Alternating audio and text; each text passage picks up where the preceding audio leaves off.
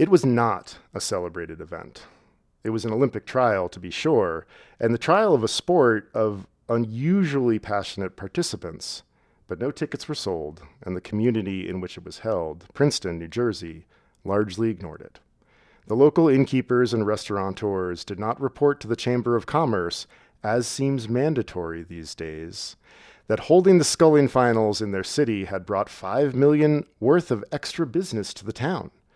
A handful of hastily put up cardboard signs told the curious few how to find their way through Princeton streets to the shores of Lake Carnegie. In a world of media events, journalists were notably absent. There were no press credentials. There were no television cameras. There was only one still photographer on duty. One young woman from the U.S. Rowing Association was in charge of the press, and her typewriter, old and battered, immediately broke down. A reporter from the Boston Globe showed, and so did one from the Philadelphia Inquirer. Those papers probably represented the two most serious rowing cities in America. Harvard-Penn rivalries and Crew were special.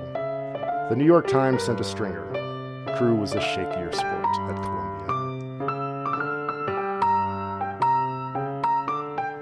I did have this wonderful moment last Tuesday where I went on a bike ride from my sister's house in Cambridge.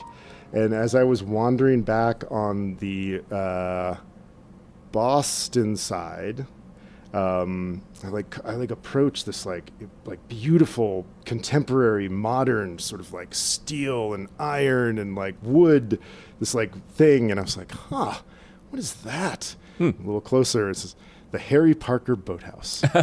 and then 5 minutes later, I pass the Newell Boathouse, which is where this book is set. Yeah. And as I made a left-hand turn to cross the bridge on the road that takes you straight into Harvard Square, riding up and over the bridge, 6 single scullers sort of come around the corner and are sort of like sculling towards me. And I was like, oh, I got it. I was like, I should really wait and get this picture, but I had a plane to catch. Yeah. And it was just like, it was this wonderful thing of being like, suddenly finding myself like in the center of the book. Yeah. And being like, holy shit, like that boathouse, the Harry Parker Boathouse, I know did not exist in 1983. Yeah. And like just seeing like, holy shit, that's like part of the legacy lives on 40 years later. It's one of the things that's really great about this book is being kind of invited into this world of, it's largely kind of like an oral culture, the way that he describes it. And I mean, it's one of those things like anybody who's been to Boston, you grew up near Boston, I've visited Boston a lot, and you see people out rowing or sculling, and that's kind of part of the aesthetic of the city, particularly Cambridge. Or into Boston and the particulars of the Charles River, and there's other places like that, like Princeton. Yeah, when you start recognizing like names and things like that, it enriches your experience of being in a place like Boston. And Boston is so old and has so much history, and it's also kind of a small town that you're sort of like, like you could walk into that boathouse and say hi to people, and you might start chatting with someone training for the Olympics, and this is a great example of the smallness of rowing. Like, I think I told somebody like years ago when I first discovered this book, I was like, oh my gosh, this is an amazing book. And they were like, oh yeah, well, like Tiff coaches like over there. Yeah. Like we could ride over there on our bikes right now and I could introduce you to him. I know him quite well. Yeah. And it's just like, what? Yeah, that's super fun. I mean, for a long time, Joe Frazier ran a gym in Philadelphia that like anybody could like pay $50 a month and go work out there, and that and like he would just be there, like working with boxers and stuff like that. I think we should say we're talking now. We have started talking about David Halberstam's The Amateurs. This was your selection, and what's the name of this series again? I don't. This is Jock-Nerds Unite. Jock-Nerds Unite. Well, crew rowing is a very jock-nerdy sport. The best practitioners traditionally have been Ivy Leaguers. Yeah, we should do a recap. I mean, the book mostly revolves around one of my favorite, when I'm talking to people about this book, the thing that I usually say to them is like, it's not even about the 1984 Olympics. Yeah. Like, it is about the 1984 single scull Olympic trials, which were held in Princeton, New Jersey in early 1984. And the book is on the 4 favorites to be the single Olympic American contestant. The single skull contestant. Single skull. Yeah, exactly. And we get a profile of Yep. each in turn, and then we learn about the context of sculling and rowing in the U.S. in the 1980s. We get a profile of the Olympic team coach, Harry Parker, and we learn about his coach as well, and a lot of the history of the rowing programs at Harvard and Yale. His coach named Nord or something like that. Something like that. I can grab it while you give us the dramatis personae. Sure. So those 4 and sculling, if you don't know, the difference between sculling and rowing is rowing you operate one oar, and sculling you operate both oars at the same time. And so generally a single scull, the only way you can row in a single is sculling, because you need to be operating 2 oars. I don't know if there are 4 or 6 or 8 boats for sculling there are and doubles. There are doubles and quads. Oh, doubles and quads. Okay. The quad, I imagine to be an incredible technical challenge. Yeah. 4 people double oar rowing at the same time. Sounds amazing. Seems, yeah. I think, and so, there's, just like in traditional rowing where there's a 4 and an 8, the sculling, there's a single, a double, and a quad. Got it. And in rowing and sculling, where one of the things we learn is that the single scull is probably it has the most appeal for these guys, even though they might even be more successful in the Olympics in a double or quad or in an 8. But these guys, they're the most competitive, and they want to be in the single scull because they want to be acknowledged as the greatest sculler. And the only way you do that is if you row by yourself. And so the main contestants are Tiff, Christopher Wood. He's the favorite. He's 31 at the time. He missed the 1980s Olympics because Jimmy Carter boycotted them, and that was probably his best shot for an Olympic medal. But he's hung in, and this is not a sport where there's a lot of money for amateurs. So what that means is like living kind of like a college student, into your 30s. There's John Bigelow, who is he's not an Olympian, but he's a former champion who was injured and is recovering. I think he's about 25 or 26. He's younger than Tiff. He was a rower at Yale. There's Joe Buscarin, who was also a rower at Yale, 1 year older. He has been, up to this point, thought of as kind of a tier down from the other two. The other two are bigger and more powerful. But he's also considered the most technical rower of the 3. And so if he puts everything together correctly in a race and the other 2 make mistakes, he might be able to beat them. And we also learned that he's been rowing very well and has occasionally, like in practice runs, beaten Bigelow and Tiff. And then there's Brad Lewis, who we only meet in like chapter 11. Chapter 11. The dark horse. He's been training in California, and he's an outsider.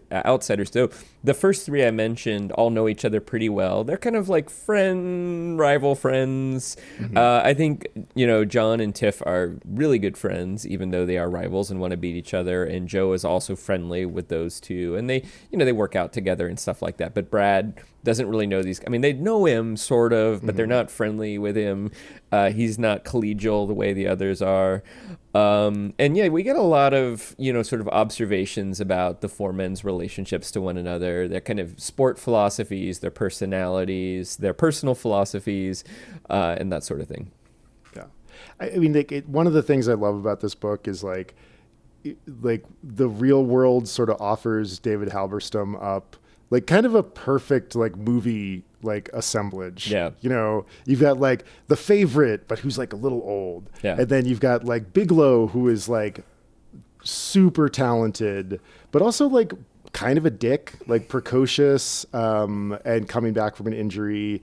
You have Buscarin, who is like, like you said, he's Scrappy, sort of the most small. technical of the 3. Yeah. Smaller. And if everything goes right, he can win. Yeah. And then, in chapter 11, because we read through chapter 12 of this book, at the very last minute, Halberstam injects like, oh, there's a fourth contender in here, Right. and he's a bit of a dick. Yeah. and like, And he also, though, I mean, I also have the sense that he might have a kind of more modern sensibility around athleticism and a more modern understanding. So he works out in the weight room, and they all do, but he takes it more seriously and is more willing to put muscle on, which I find intriguing. And he, out of all of them, reminded me the most of our friend Mike G. Like I found myself thinking about Brad Lewis being like, oh my gosh, if we could get Mike to play Brad Lewis, I sort of feel like that would be a very perfect kind of matchup. Yeah. East Coast elite rowers who, they all just want to be like long limbed and stuff. And they don't want to work out in the gym. It's kind of stupid. Yeah. I don't want to talk to those guys. I'm doing a piece right now. And besides, they're the enemy. I don't want to hang out with them afterwards. I want to kick their ass. Yeah. Exactly. Yeah. They're all kind of dicks, though. I gotta say, like totally. It's just some of them hide it better than others, and also all of them have admirable qualities as well. They're not sociopaths, right? Like, or at least as far as we know, they all are capable of. Well, we don't know Brad very well, but the first three are very competitive one another. There's this anecdote where I think it's like. John won't loan Tiff a boat, a shell. I might have it backwards, but one of them has purchased a shell and has an extra one, and one of them wants to borrow it for free, and the other one's like, no, you got to pay me $50, I think a week, to use it, which seems like a lot, even though they're expensive. They're $3,000 or $4,000, so you can kind of see it from both of their perspectives. But and they will also not let their friendship get in the way of like. Various preferences. At various times, they're asked for favors by their friends, and they, refuse them. Yeah, there's a moment, and I can't remember if it's Bigelow is visiting Buscarin's family or Buscarin is visiting Bigelow's family. I think the latter. Like, if you were to make a movie about this, like one of the JBs would have to get renamed. Yeah, absolutely. But one of them is talking to the mother who is hosting them. Yeah. And sort of cops to wanting to win the single, and the mother is like, "That's my son's event." Yeah, and they're collegial and cutthroat. It would be very nice to win. Yeah, yeah, and this sort of awkward silence settles upon them, which I mean, there's nothing wrong with that, right? But there's this, and I think to your point, Halberstam is very, very carefully. Curating his anecdotes to make something that is almost cinematic. I don't think you luck into that. I think it's a combination of recognition and also careful assemblage. I kind of wanted to kick us off with a reading of the first page of the book. Sure. The prose of this book is very interesting. Yeah, I would call it strong and understated. Yep. And so. There aren't a lot of passages that jump out at me as particularly like kaboom. And so when I was looking for a reading, I eventually, went back and read page one and was like, oh, this is great. I think page one is incredibly important. Page one is almost always important, but I think page one is, to me, like it's the beginning of the argument, and it's the beginning of the case for why this matters, why this story matters. I'm interested about your question about expectations, and I thought this might set that up, but I don't know. So we'll see where that comes from. So, chapter 1. It was not a celebrated event. It was an Olympic trial, to be sure, and the trial of a sport of unusually passionate participants, but no tickets were sold, and the community in which it was held, Princeton, New Jersey, largely ignored it. The local innkeepers and restaurateurs did not report to the Chamber of Commerce, as seems mandatory these days, that holding the sculling finals in their city had brought $5 million worth of extra business to the town. A handful of hastily put up cardboard signs told the curious few how to find their way through Princeton streets to the shores of Lake Carnegie. In a world of media events, journalists were notably absent. There were no press credentials. There were no television cameras. There was only one still photographer on duty, One young woman from the U.S. Rowing Association was in charge of the press, and her typewriter, old and battered, immediately broke down. A reporter from the Boston Globe showed, and so did one from the Philadelphia Inquirer. Those papers probably represented the two most serious rowing cities in America. Harvard-Penn rivalries and Crew were special. The New York Times sent a stringer. Crew was a shakier sport at Columbia. The regional Associated Press bureaus seemed to be competing for the right not to cover it. The scullers of America existed, it was clear, in a world of their own. It's great. You start your book by being like, this doesn't matter to anybody. It's great. It's so awesome. The other thing is just a time capsule is I love how he's like, hardly anybody paid attention to it. Only the Philadelphia Inquirer, the Boston Globe, and the New York Times sent a stringer, which would be massive coverage in today's world of, emaciated newspapers. But this was a different era when, there just were way more reporters and journalists in the world. There's just a lot more coverage, period, happening. We're in a world of diminished attention, at least this kind of attention. There'd probably be a couple of like YouTubers or Instagram, influencers at this particular event, perhaps, or probably everybody would just be documenting it themselves nowadays. I bet that's what happens. Yeah, the busy whir of drones would be everywhere. Maybe so. Yeah, maybe so. And I love, there's just little moments in here where like the editorial shows through for a brief moment. The local innkeepers and restaurateurs did not report to the Chamber of Commerce as seems mandatory these days. Yeah. There's a real, this is a book that's called The Amateurs. This is a book about sport, not really for sport's sake. Yes, sport for sport's sake, but also sport for ego's sake, sport for tradition's sake, that kind of thing. So much of this first page is about the lack of money, the lack of prestige, that kind of thing. Did you happen to take note of how many pages in it took before we got a line of dialogue? I did not. That is a great I question. think Do we even get any dialogue in the first chapter? I don't think so. No, page 16. Yep. 4 years ago, he had been asked by his Yale friend and teammate Steve Kiesling on why he was working so hard in the preparation for the 1980 Olympics, and had answered, "The Olympian stands alone." But I think it's chapter 1. Now, chapter 1 on my edition starts on page 9, so we're actually 7 pages in before we get a line of dialogue. But it does sort of feel like if Ernest Hemingway was writing nonfiction. That's what the prose seems like to me. And it even starts, this very first page is doing it, we're kind of at drone height over everything, or maybe a little bit lower than a helicopter. We're a bit detached. There are moments where we're sort of in the car with Buscar and Bigelow, but not really. We know what they talk about. We don't hear what they said to one another. We get one quote. So it's not a very intimate portrait, even though, or at least the voice of the writer feels standoffish at the beginning. But very, very, I think it does become kind of an intimate portrait in a sense because of the suggestive quality of the anecdotes that are being assembled. Yeah, in the world of, this is not gonzo journalism. Not at all. I guessed to you, we were talking earlier, that the reporter from the Boston Globe could very well be David Halberstam. Yeah, maybe. Yeah. But he does not insert himself in the way that maybe a Hunter S. Thompson or a Joan Didion, who, two of the other kind of big, lions of the era, might be doing.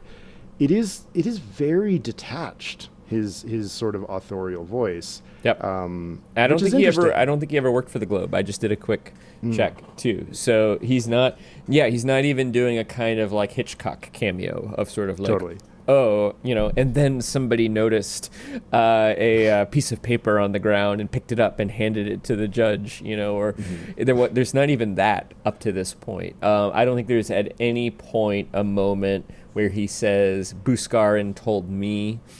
I don't think we're ever given to understand which of these events Halberstam is present for and which of these events he is getting secondhand through interviews. We don't know who he interviews and who he doesn't interview. We gather that he interviews the four principals and Parker, the Olympics coach, and maybe some others as well. I think we kind of gather that he interviews the four principals' parents because we hear the parents' opinion and some of their friends because we get friends' descriptions of Tiff Wood and John Bigelow, but only a little bit. And usually it's just like one quote or one observation or something like that. My question about expectations, and I'm going to have more to say about the first page, I think, later. But I am curious. Now, you've already read this book, but if you can think back to a time where you hadn't, what are your expectations as of chapter 12 for actually who is going to be the Olympic nominee, based on what you've been given by the writer up to this point? Yeah,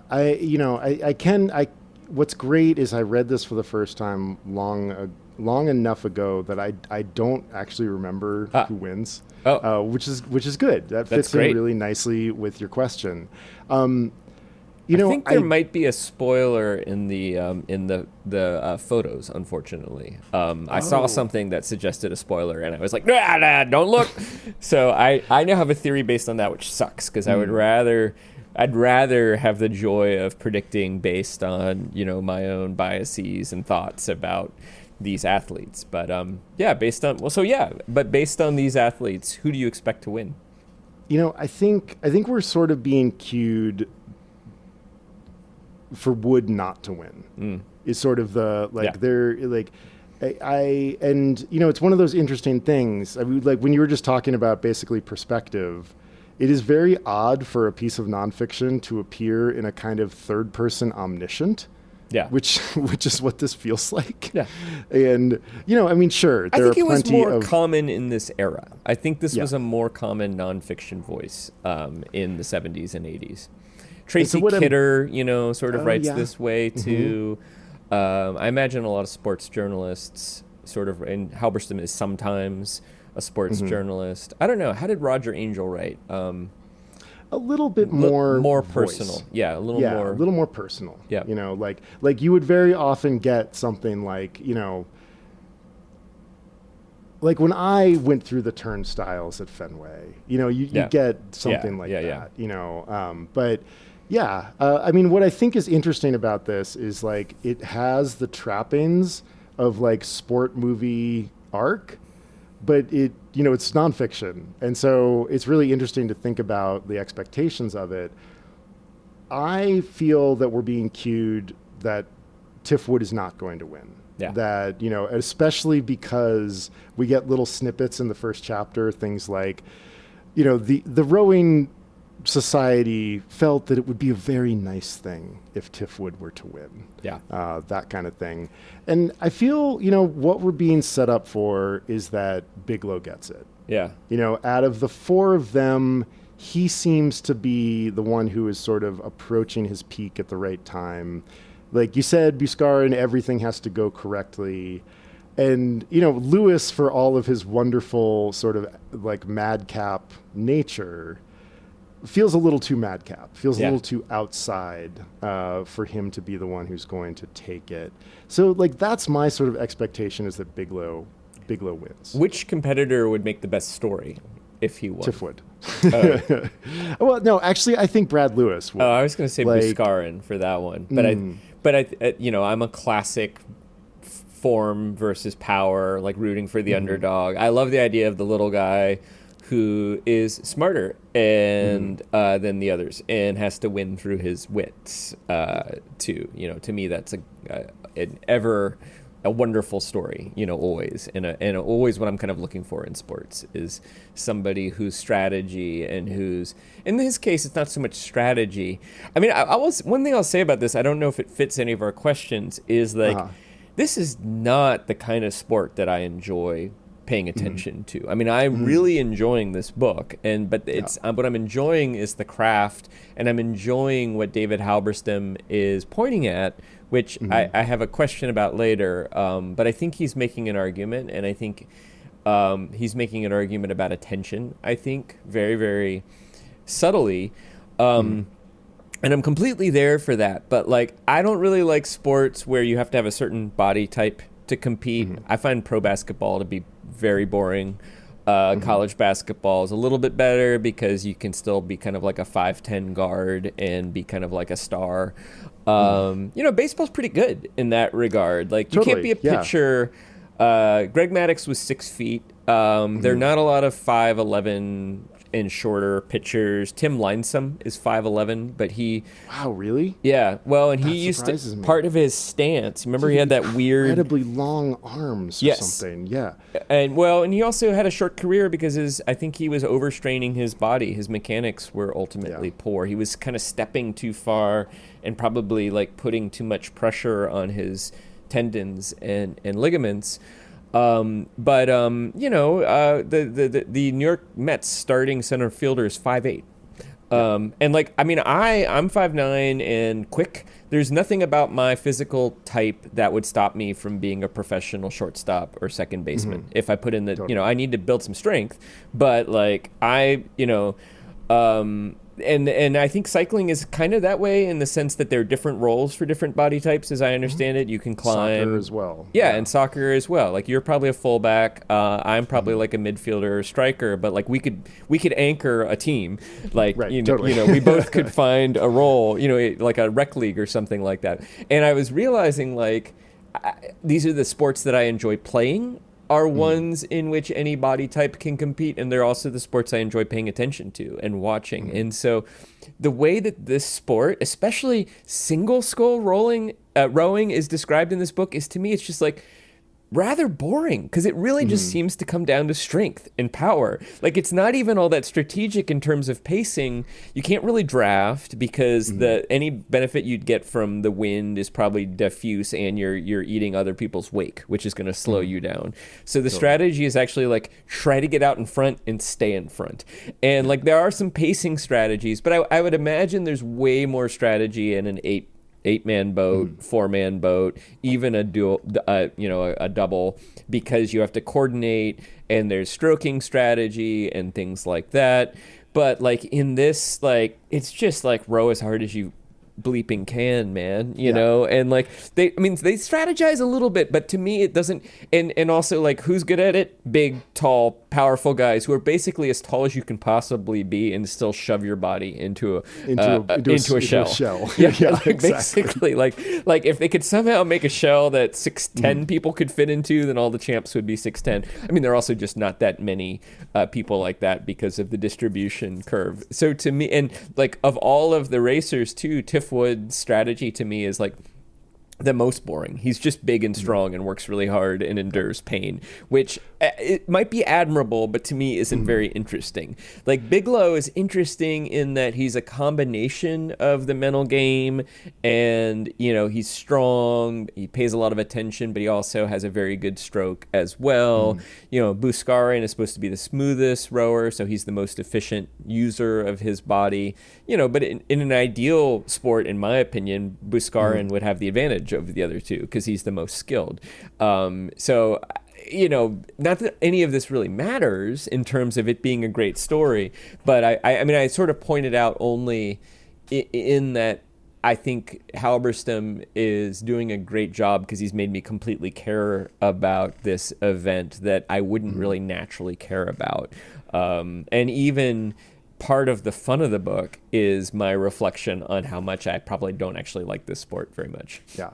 Well, I think I think you've hit on one of the reasons why rowing in that era and still is a small sport, because I think the only people that are attracted to rowing are rowers. Yeah. Because the only thing that rowers admire is the internal battle against the self. Yeah. Like, and that's what gains respect among rowers.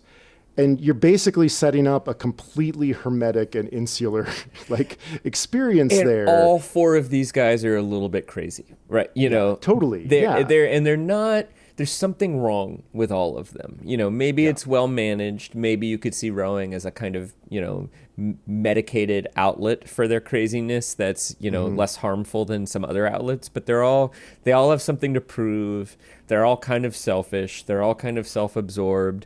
They're all kind of ruthless and cutthroat. And the other thing, and I think this is part of the argument of the book, is that like they probably all could be more successful as Olympians if they work together, and they won't. Yeah. And No, even right. Parker thinks that, the coach, but at the same time, he's part of that culture too.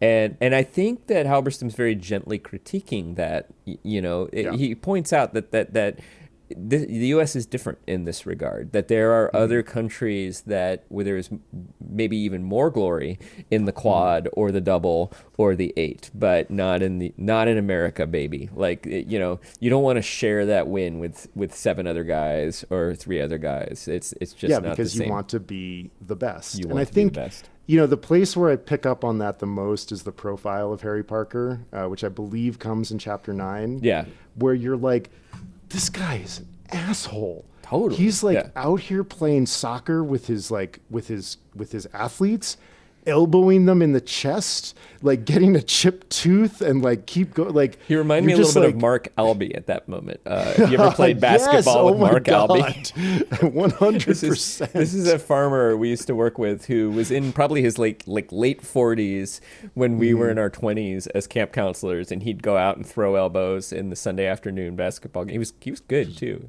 Ripped. Also, there's like very apocryphal legends about him bench pressing the front of a tractor off of him, which almost certainly didn't happen. But in the spirit of what we've talked about before, the story is great. Print the legend. So I have a question for you because the thing that I was intrigued about the most in reading this, unsurprisingly, is structure. And that's why I put the chapter list in there, not for our recap. But I was wondering, you know, and I think, you know, we could just, you know, tear through this really quickly. You know, and I, you know, I'm sure I've missed some stuff in the shorthanding of this. Yeah. But chapter 1 is, you know, as we just said, no one cares about these Olympic trials, and we meet everybody. Yep. We shift to Tiff Wood's journey to these trials, plus we get a few touches on the other characters. Chapter 3 zooms out to let us know and show us that rowing is a insular and hermetic world. We get a John Bigelow profile, a Joe Buscarin profile. We get more Tiff Wood, a more fuller profile of him. Yep. We see Wood's rise to his place as perhaps the favorite, and then Bigelow's appearance threatening that. Yep. Chapter 8, Bigelow is as good as Wood, and a friendship kind of burgeons between them. We get the coach profile in chapter 9, who is sort of organizing at least 3 of these men. Then we drop into some real action. We get the Friday of the trials. We get the prelims, which are, you know, I think chapter 10 is 3 pages long. So it lingers on the prelims as much as it should. Then we shift and we get Brad Lewis's profile before shifting back to the trials all the way through the semifinals. And everybody plus Jim Dietz, who is the previous champion and a former Olympian himself, who's 35 at this point, so probably towards the end. We get the recounting of the semifinals, and we have most of our set crew for the finals. And I was interested, you know, you're a professional journalist. I wanted to like ask you like about this structure. Like, what parts of it are you like, yes, nailed it? Like, I really think that's where you would go with that. And then what parts of it sort of make you think like, what an odd choice? Yeah, one, I am a professional journalist, but I would not claim to be a master of structure, even though I think about it all the time. and it is absolutely central to what I do. So, but I still feel like I'm learning, and I feel like this is a lesson in structure. It also, the structure, another thing I'll say about it is that I'm not sure an editor would let you get away with it. Like, I don't know that this book would be published today, because it appears to have no action. And so I would describe the structure vaguely as concentric. In the sense that you start with an event, central event. This is the thing we're talking about, and then everything that follows that is an expansion of the context of that event. And although in this case, the way that I map it in my brain is it's kind of like a spiral nebula or spiral galaxy with with 9 spirals, right? So it's like, here's Tiff Wood's spiral. Like, here's who he is going back into the 60s and 70s in the last Olympic. And then here's Bigelow's spiral and how, and so in a way, and he's not signposting the structure at you. He's not telling you this is what we're going to do. It was a little bit surprising at first when I started reading the book, and I'm like, wait, now we're talking about, you could imagine somebody who intersperses the sort of digressions and profiles into a more temporal narrative, right? Like, you could maybe part of the reason he doesn't do it is not much happens at the Olympic trials, but in that case you could do like the 6-month run up to the trials. Like, he has enough information that he could start the book in, like, I don't know, when are the trials, like February or March or something? Spring, I think March of '84. So he could start them in, like, October in the cold boathouse in Cambridge, right, on the Charles River. And you maybe, like, the first time, is it Bigelow has come from Oregon, or I don't, because they kind of, the three of them kind of converge upon that boathouse. So that is how, well, in this case they're training at Harvard. Training in Cambridge. They've been training all winter together. The three of them have been training sort of together. I mean, like, not like, and that's where the coach is, Parker, because he's the Harvard coach, which is probably why they're training there. So you could start it there and do the same spirals while continuing this narrative, which would be sort of like, it's kind of like a train that's moving somewhere, and then it stops and everybody gets out and, like, visits this city and then visits that city, sort of like D&D adventure kind of. Totally. But instead, no, it's this nebula, it's this galaxy. And then I think it's going to shift in the second half, I imagine, too. And I think what it gets you, one of the things it gets you that I think he does really masterfully is that you constantly have your expectations changed in reverse. And one of the things he's constantly doing is like, oh, did you think Tiff Wood was going to win? Well, Bigelow's been coming on pretty strong lately. Oh, but you know what? Bouskarin's been coming along pretty strong lately. And you keep getting these little details, because I think Bouskarin even beats Bigelow or Wood in, like, some of the most recent training races they've done recently. So he's sort of surging in this particular moment. He keeps evening the odds. I even wrote it down at one point. And I think that's the brilliant thing. I think once you get the sense that one of these people is going to win and it feels inevitable, then for this particular narrative, the book becomes a lot less interesting. And he sort of keeps us guessing. I'm thinking about Moneyball, where I believe that at the very beginning of Moneyball, Michael Lewis tells us that the Oakland A's, like, went from being the worst team in baseball to the best team in baseball. So there's no drama. Right. It's just... how did they do it becomes the story. And this is totally different. There is drama. And I think the other thing that happens is there is a balancing of details so that we get to know these guys' psychology and their attitudes. And at some point, they all kind of come across as assholes, as we've been saying. But then there's often a redeeming anecdote as well.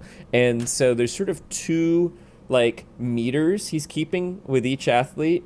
And it's sort of like favorite, and he'll kind of get them up a little bit and then sort of drop them back down, or he'll raise the other one up a little bit to bring the others back down. And he's keeping, and then same thing with their sympathy, like whether you like them or not. And I think that the structure sort of contributes to that. And I don't mind that it's sprawling and lacking in action. Although that is, I think, a critique a modern editor might have. But what do you think?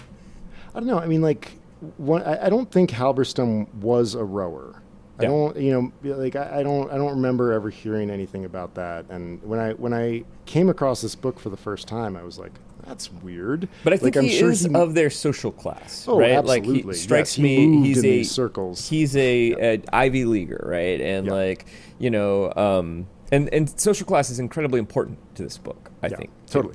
And that's why Lewis is sort of the outsider, the dark horse. Yep. And, I kind of imagine, like, David Halberstam, I would love to know the story of how this came to be. Yeah. But I kind of imagine him hearing about it and being like, tell me more about that. And then as he slowly realizes the structure that is already there, him being like, oh my gosh, like, this could be a very, very good story. And all the things that you're talking about sort of coming clear to him, like, oh my gosh, like, there was this kind of buildup of, like, you didn't know who was going to win or who was going to come out on top. And, and then because he is so good, he is just he can do big and he can do little, is one of the great things about him. And I just imagine him as, like, sort of a giddy sports writer being like, it's already done. I just have to go talk to everybody and, like, do the support and then organize the pieces where they go. Yeah. And to me, I mean, this book is like such I love that spiral galaxy idea, because, like, everybody is connected, and maybe, like, Harry Parker is the sort of, like, dense center of most of it. Or maybe the dense most of it is sort of like this social class that is usually very successful, but for some reason also spawns these obsessive, egotistic, to some degree, maybe a little messed up, kind of athletes who nobody knows about. Yeah. And I can really see him sort of like being, sort of assembling the pieces on the floor of the apartment. There are stories as a journalist that I am sort of always reporting without knowing it. Mm-hmm. And I feel, so an example of this is my friend John Facile visited me in LA recently, and I took him around and stuff, and I was just, when you visited me in LA, I'm often like, and then, this is this place where this thing happened, and over there is, like, the house from The Long Goodbye, Jackie Brown. and there's the house from Jackie Brown, and and so I was doing that normal thing, and I was telling him about this surfer named Randy Wright. I don't know if I've talked to you about Randy, who basically lives in his truck at the Sunset Point surf spot. Oh, he's the one with the fire. Yeah. And he survived the fire. He has a kayak. He is a photographer. He's kind of like retired, basically, and he's, everybody knows him, and he's always there. And I got to know him recently, and I was just describing this, and I was like, yeah, and he kind of like survived the fires in his truck. And it later turned out he was fighting the fires, which was even better. But I was telling all this to John. John works for the show Snap Judgment, and John was like, you got a story here. And I was like, well, I don't have any time to pitch it. So John ended up pitching it to Snap Judgment, and I ended up doing what's called a tape sync, where I hold the interview, and hopefully it'll be out on the radio soon. But I think there are a number of stories like that where, like, Halberstam went to Harvard. He probably knew about Parker. Like, he probably knew about the racing culture and the fanaticism associated with it. And maybe he was paying attention, to crew anyway, in the same way that, like, I know some pretty interesting stories about things that I was exposed to. I don't even, like, my mom worked for the Keeneland horse race track, and there's stuff out there about horse racing that I know would make a fascinating story if I ever get the time and could find an editor.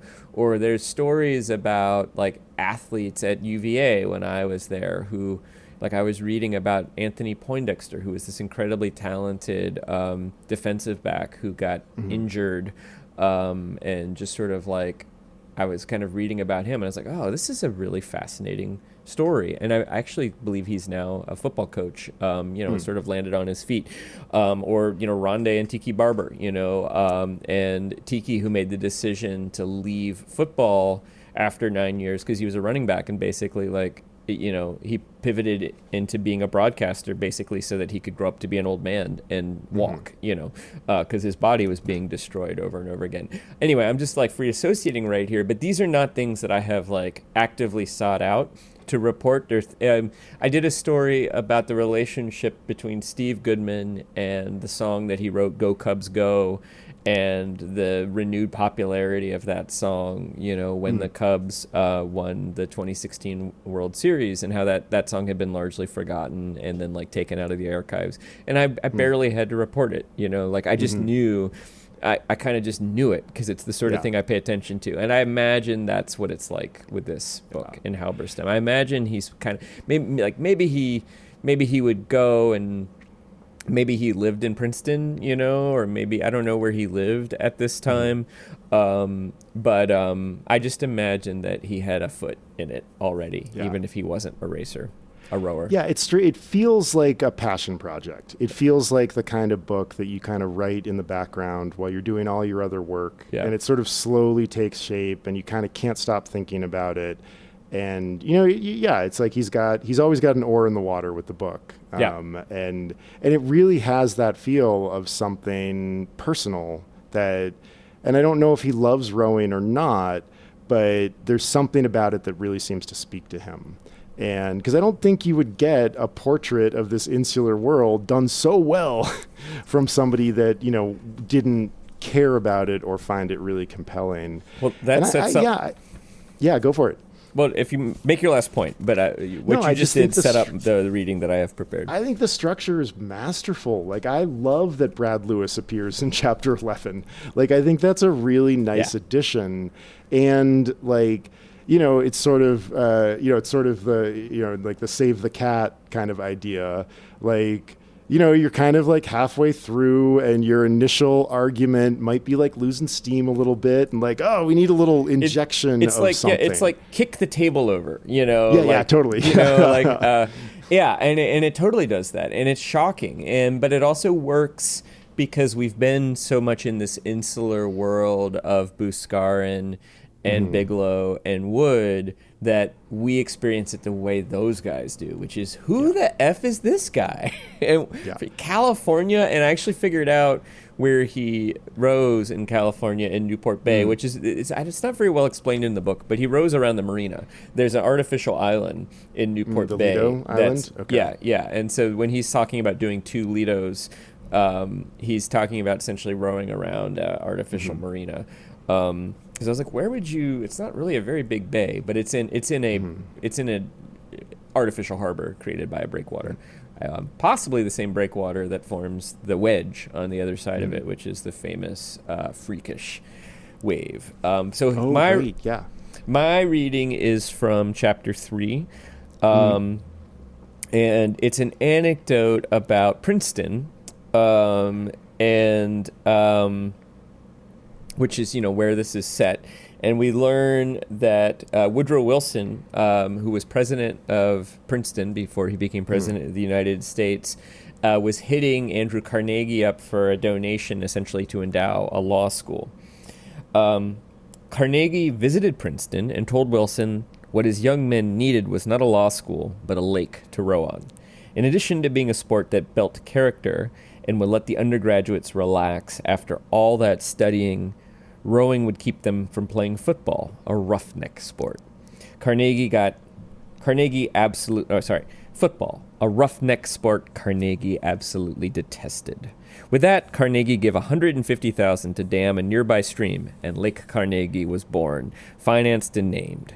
Princeton never came up with a law school. Later, Wilson told Carnegie, we asked for bread, and you gave us cake. And football remained a more popular sport on campus than crew. But who was to say, some 80 years later, in an America that was an increasingly litigious society, that Andrew Carnegie had made the wrong choice? Follow-up question. Based on the first chapter, the first page that you read to us from the first chapter, there's also some details in the early chapters about like how the TV industry is paying attention to certain big-time Olympic sports like hockey and track and field and not crew and rowing. This was a moment where I started detecting a tone, and I'm curious if you detect a tone here and how you would name it. And I'll share my thoughts once you have a chance to share yours. Yeah, I mean, like, there's so many little suggestions about the corrupting influence of money in this book. I mean, it's called The Amateurs. Yeah. And I mean, it is appearing at a time in sport history when this question of amateurship in the Olympics becomes the animating feature of Olympic sport. Like, do we expect these people to be purists that do not do this for the money and simply do it for the Olympic ideal, which I have, reservations about that idea in the first place. And, to bring up, but then the other interesting thing is, Woodrow Wilson is hitting up Andrew Carnegie. He's like one of the richest men in the world. And so there is sort of a little bit of that tone of voice that it's super subtle, because I think that Halberstam is making a point that there is something impressive about the drive of these men, but there's also something worrisome about it.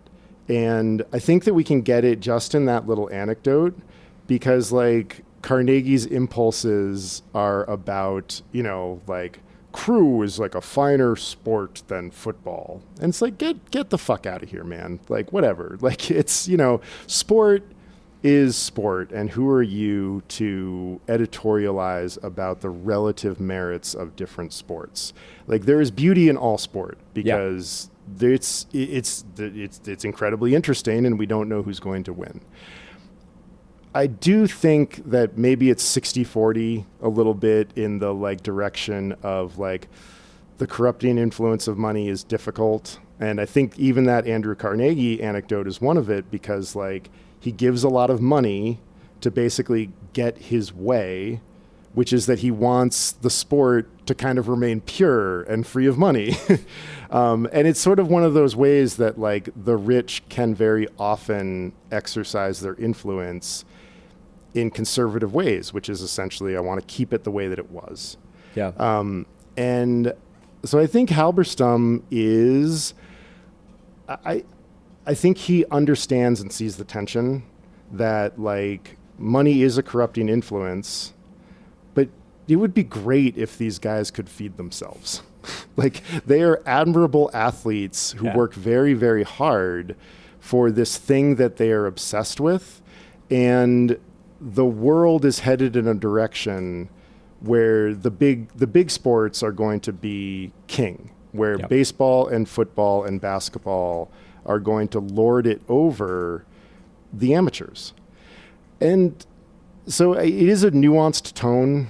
It's like money can be a problem, but I doubt if we could exhume David Halberstam and ask him a question, if we could cast Speak with Dead on David Halberstam's body, I don't think he would be like, sport should be pure. Yeah, I mean, the way I wouldn't have used the word money, although I certainly see why you would say that, because I think that's the engine. Mm-hmm. I hear him saying that our attention economy is off kilter. Yeah. That we're paying attention to the wrong things. And probably money has a lot to do with that. But it's also a cultural sort of fixation with kind of flash bang, right? With things, the hockey wasn't very interesting to most Americans until we beat the Soviets. So it's part of that. It's part of this like national pride and nationalism and sort of Reaganism.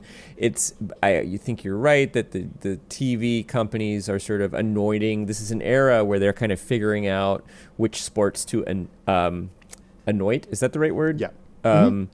And then there's another passage just like a page or two later where he describes all these like crew rowers and former crew rowers as like veterans who returned from a small distant war, able only to talk to other veterans. And I'm going to read this section too. I just love this so much. Nice. Failing to get their deeds and names known to the world of outsiders, they had become the custodians of their own honor, their own record book keepers. They remembered with astonishing fidelity each race, who had beaten whom and by how many seconds, who had rowed at what beat, who had rowed through whom, for that was the phrase that oarsmen used, rowing through someone else, one man finding extra strength as another tired. If they lost a particular race, they remembered each mitigating factor, heavier wind in their lane than the winners, a poor rigging in the boat, a particularly bad airplane trip that had cost them 2 days of rest. Because their sport was largely ignored by the traditional media, it was also to a remarkable degree a sport enshrined in myth rather than reality. Because their deeds were passed on by word of mouth rather than by book and newspaper, the sport gained a mythic aura. And I think he's both saying, I think this is admiration. Yeah. Even though he's describing, at least, sort of dispassionately, and maybe he's not being judgmental about it, but he's describing 4 people who are obsessed and kind of irrationally obsessed. And I would sort of like, I think all 4 of these guys could use some therapy, because, and actually I'll ask you one more question about that as a coach. But still, there is still something admirable about the whole thing. And I think it's that same kind of the same contradiction that really was at the heart of the writer. And maybe that's why you like both of these books so much, which is that sports is kind of more beautiful when people really, really care about them. Sports are more beautiful when people really care passionately about them.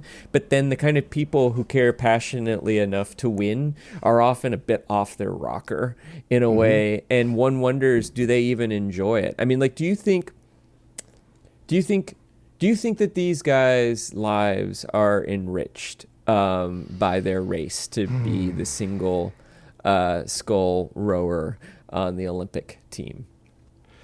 Yes and no. I mean, like, to what degree self-knowledge can be enriching, but it's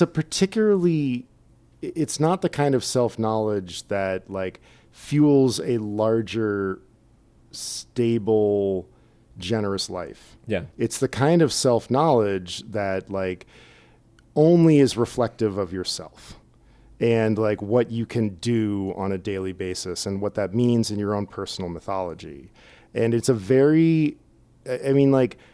what's interesting about endurance athletes, I think, is their willingness to go somewhere that most people are not willing to go for the slightest of rewards. Yeah. And it's a very odd thing. But yeah, I mean, like, most endurance, the cliche is that we are all running from something as endurance athletes, and most of us could really use some therapy and would be better for it. And what I love about that passage is I can really hear David Halberstam's worry about television. Yeah. As this thing, this monolithic thing that focuses on one thing only, and especially in the era of network television and 4 channels, and it creates a monoculture. Yeah. And you've talked earlier in this, like, this would not work today because the culture is so fragmented, or maybe it would work because like 10 obsessed people would go and YouTube it. Yeah. And and so maybe there would be a smaller but more intense kind of audience for it.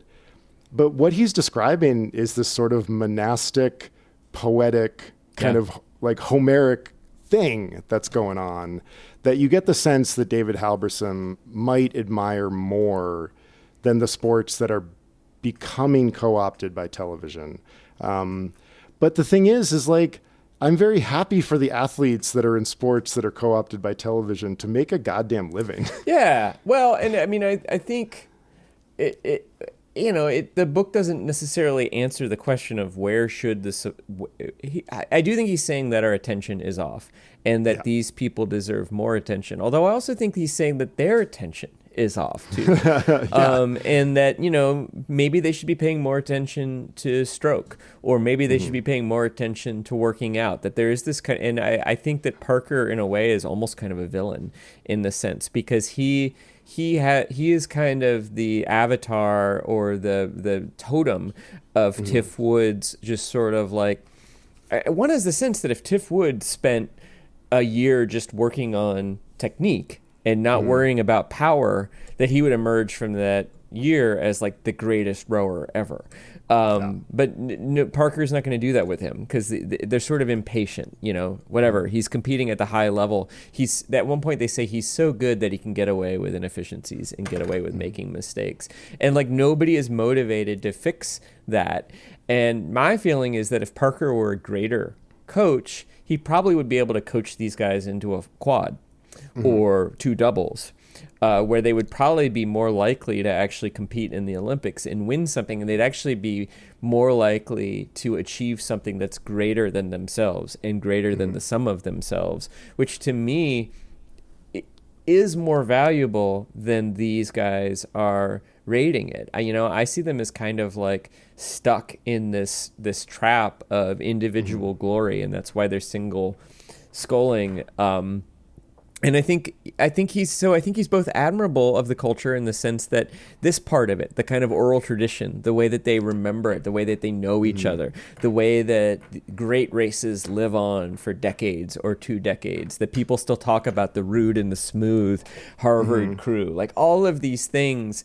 There's something really enriching about that. There's something that really dings the bell that Tim Grabby is dinging when he says, what is it?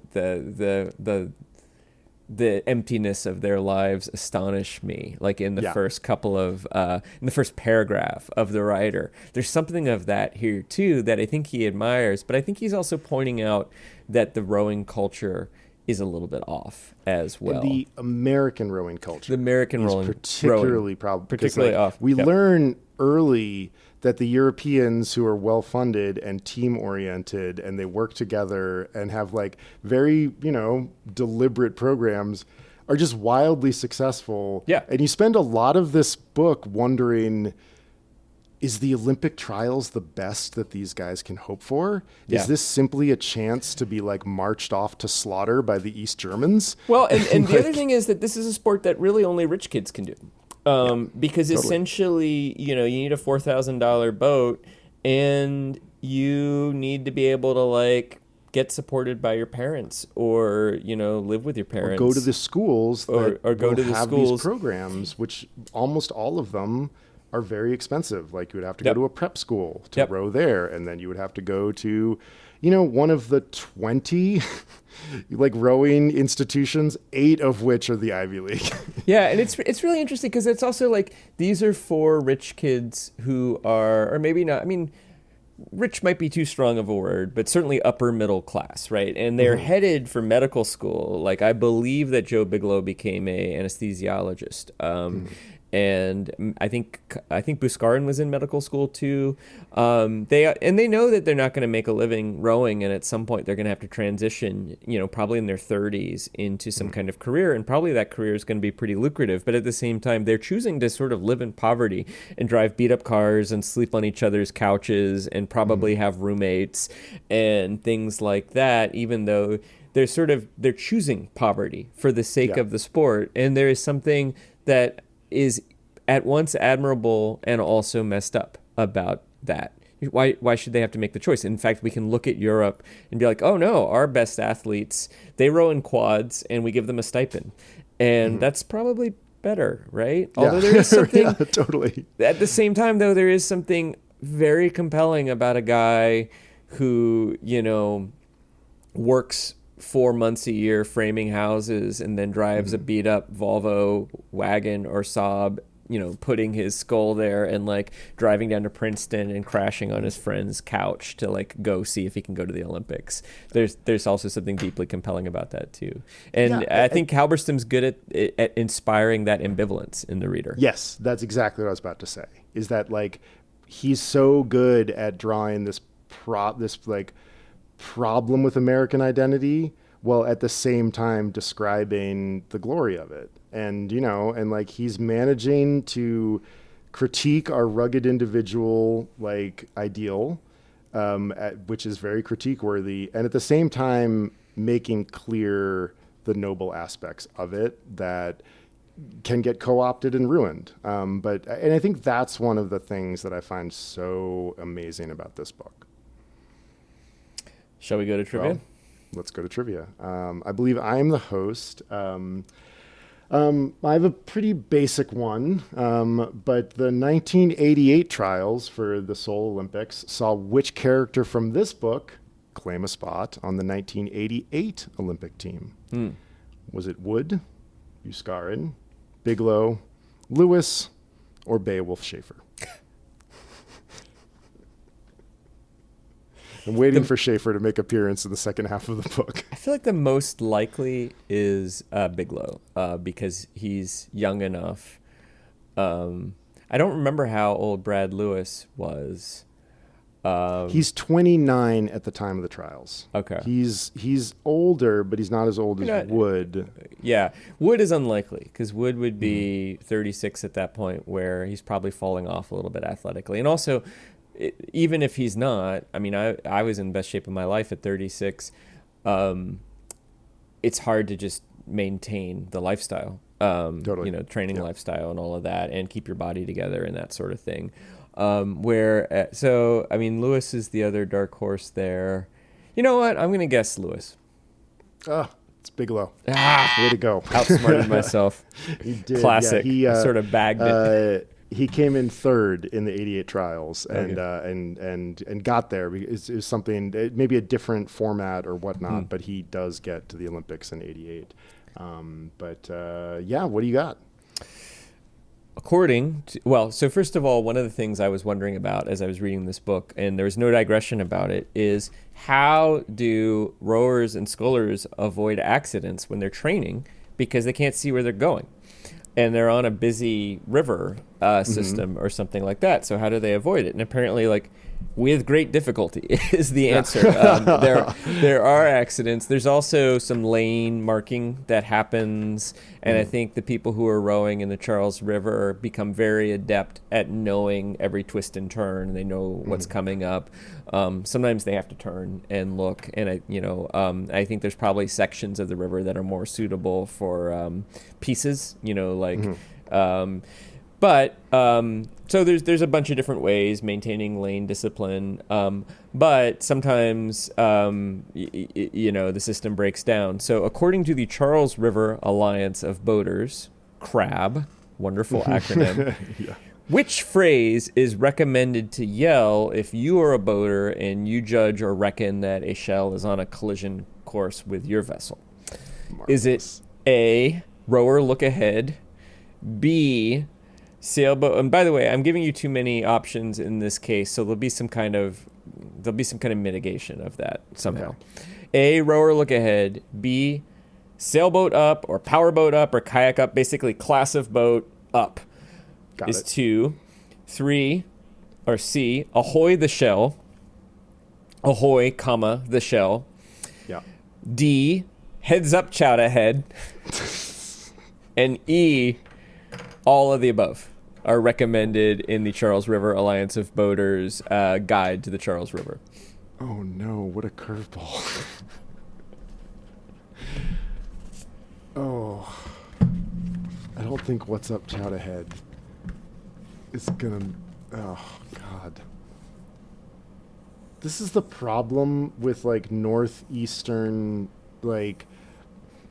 hermetic institutions, is that you think that they are too serious for stuff like this, but then you realize that it's all fantasy anyway, and they're all just hey chum, behind. It's so what's up, chout ahead could be it.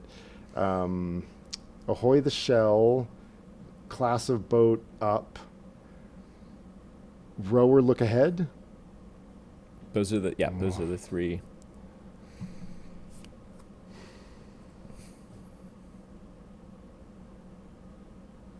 All of the above.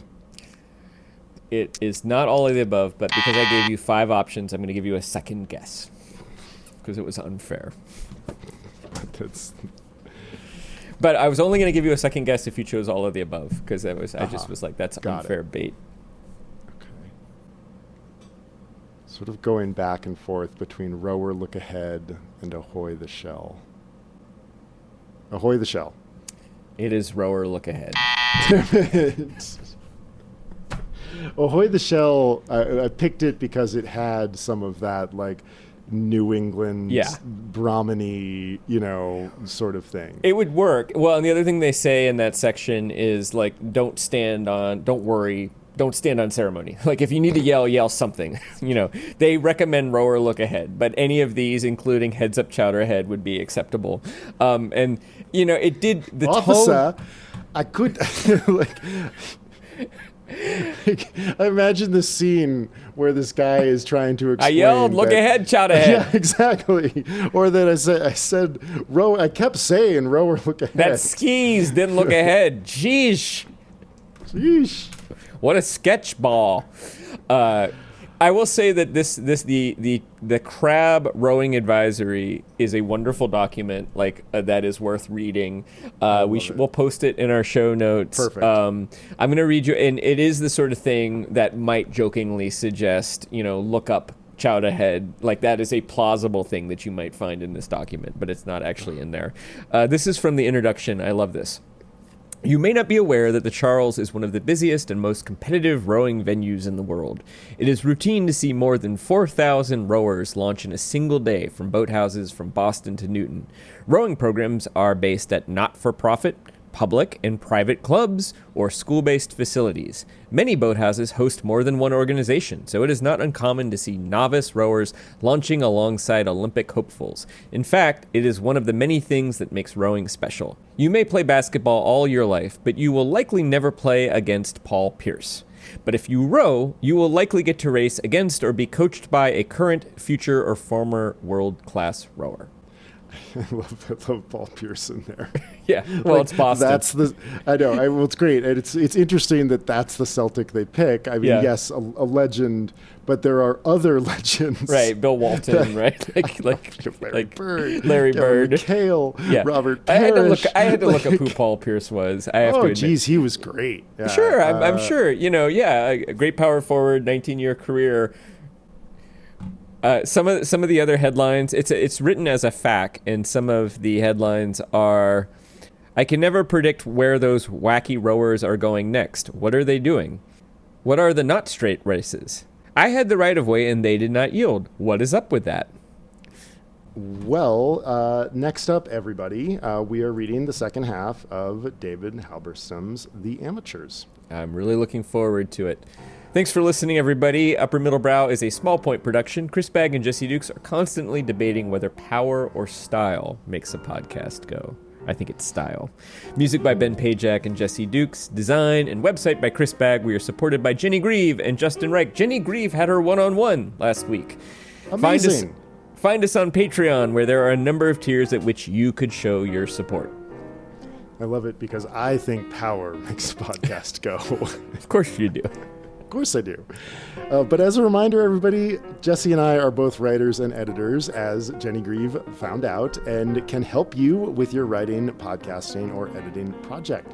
You can see some of our portfolios and learn more at our respective websites, chrisbagg.com and jessedukes.com. Thanks for listening, everybody. And check out the Homework Machine. Please do. Which is the thing I've been working on for the last year, and Chris Bagg has also been working on. It is marvelous. We got 2 more stations today. No way.